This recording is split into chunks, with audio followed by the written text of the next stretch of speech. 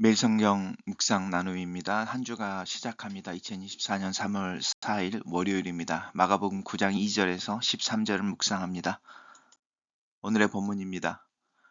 엿새 후에 예수께서 베드로와 요한과 야고보를 데리시고 따로 높은 산에 올라가셨더니 그들 앞에서 변형되사 그 옷이 광채가 나며 세상에서 빨래하는 자가 그렇게 희게 할 수 없을 만큼 매우 희어졌더라.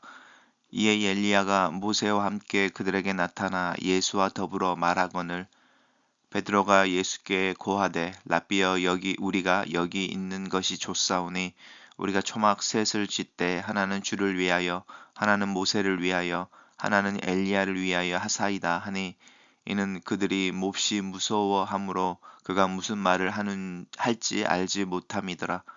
마침 구름이 와서 그들을 덮으며 구름 속에서 소리가 나되 이는 내 사랑하는 아들이니 너희는 그의 말을 들으라 하는지라. 문득 둘러보니 아무도 보이지 아니하고 오직 예수와 자기들 뿐이었더라.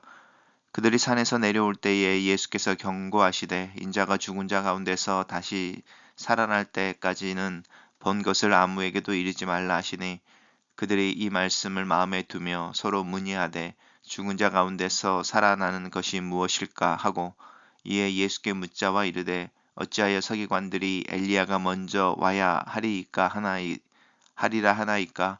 이르시되 엘리야가 과연 먼저 와서 모든 것을 회복하거니와 어찌 인자에 대하여 기록하기를 많은 고난을 받고 멸시를 당하리라 하였느냐. 그러나 내가 너희에게 이르노니 엘리야가 왔으되 기록된 바와 같이 사람들이 함부로 대하였느니라 하시니라.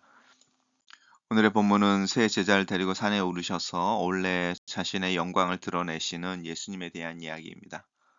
오늘의 본문 엿새후라고 하는데 이제 우리 어제 묵상했던 본문이 일이 일어나고 나서 6일 후라는 뜻이겠죠. 베드로와 야고보와 요한을 데리고 높은 산에 올라가셨습니다. 이 산이 어떤 산인지 알 수 없지만 우리가 일단 오늘의 본문이 이제 예수님이 변화하셨다라고 그래서 변화산 보통 그냥 이렇게 부릅니다. 산에 올라가셨습니다. 그들 앞에서 변형되셨습니다. 이 변형되셨다라고 하는 표현이 굉장히 흥미로운 표현인데 모습을 바꾸셨다 이런 뜻입니다. 이게 어 트랜스포메이션 이런 뜻은 아닙니다. 이거 원래의 어떤 형체가 바뀌었다라는 뜻인데요.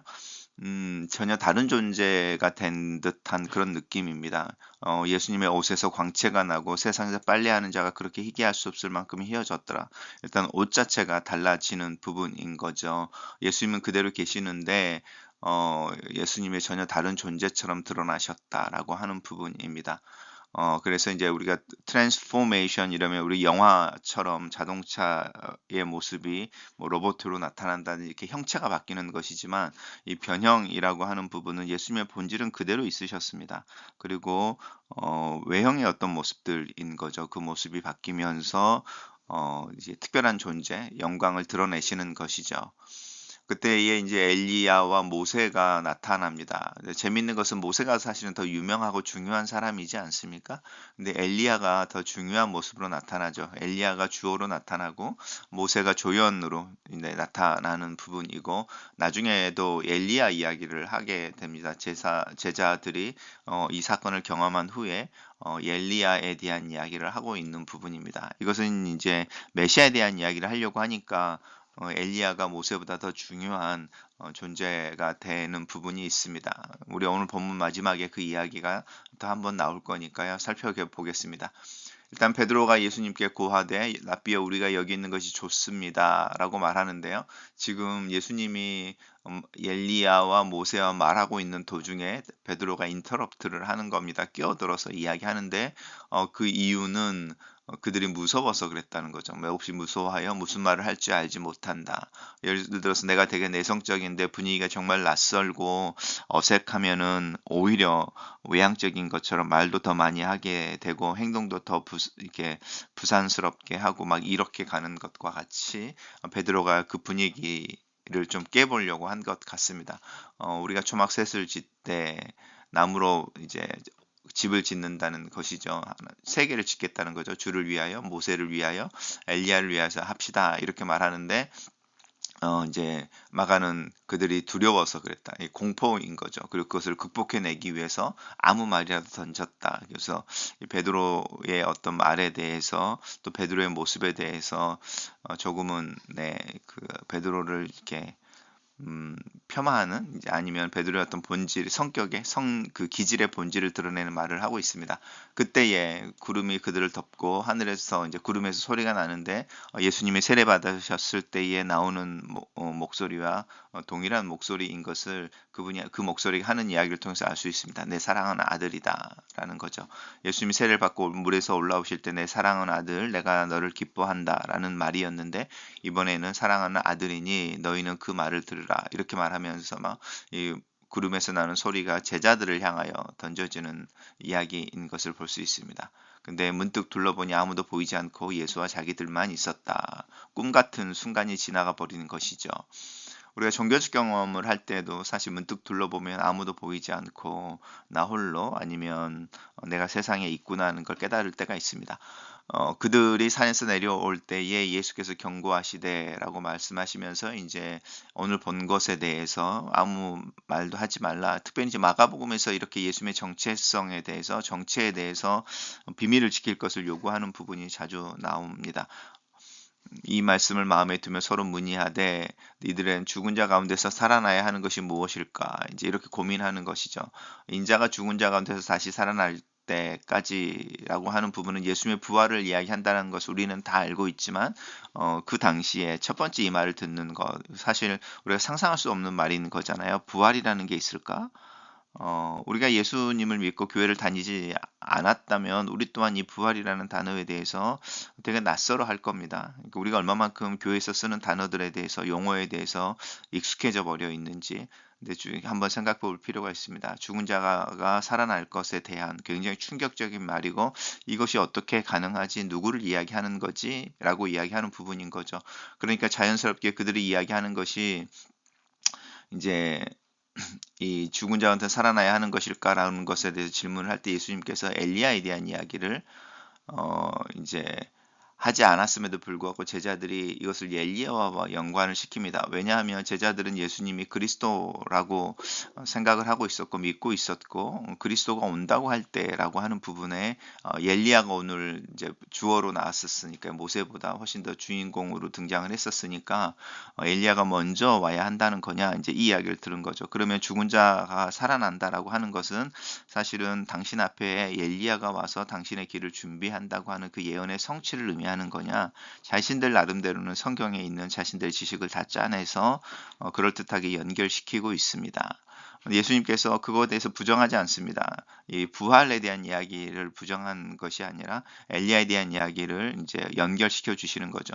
엘리야는 먼저 와서 모든 것을 회복하거니와 어찌 인자에 대하여 기록하기를 많은 고난을 받고 멸시를 당하리라 하였느냐.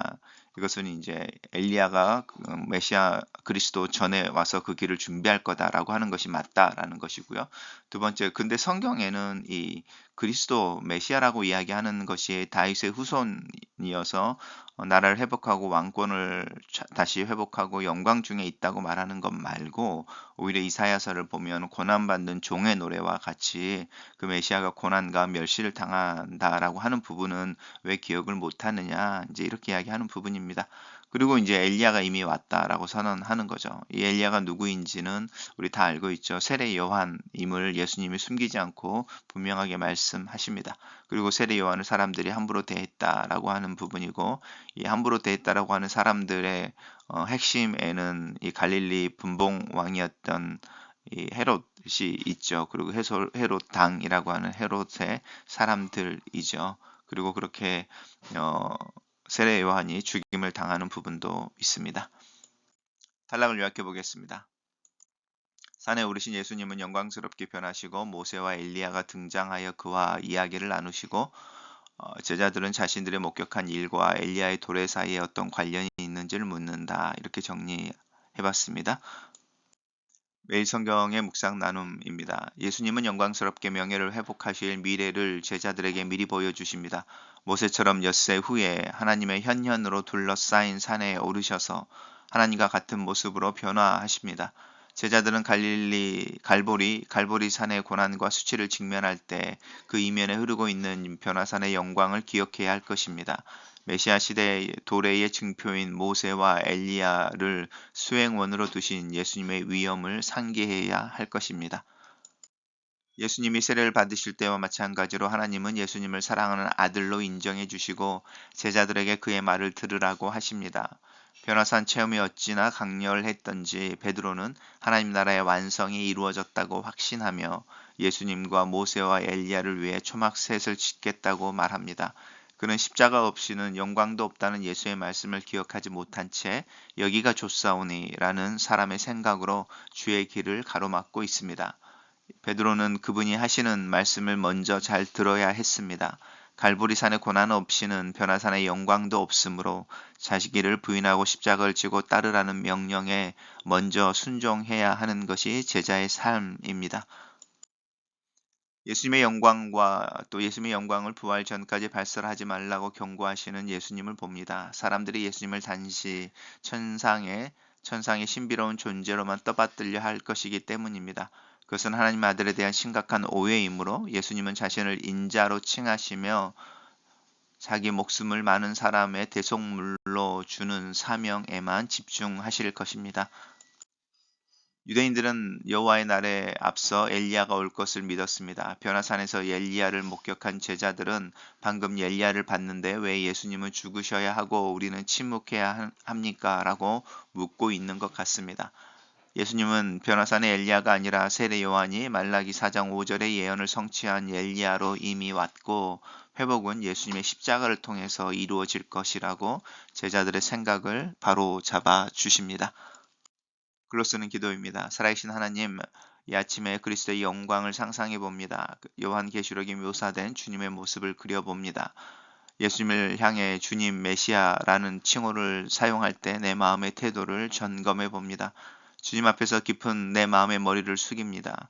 주님의 영광을 보며 그 영광 안에 거하며 그 영광의 한 부분으로 오늘 하루를 살기를 기도합니다. 주님의 말씀을 따라 내가 편하게 머물던 곳을 떠날 줄 아는 용기를 위해 기도합니다. 타성에 젖은 신앙이 아니라 매일같이 새로운 모습으로 조금씩 성숙해 갈 수 있도록 나를 도와주시옵소서. 예수님 이름으로 기도합니다. 아멘.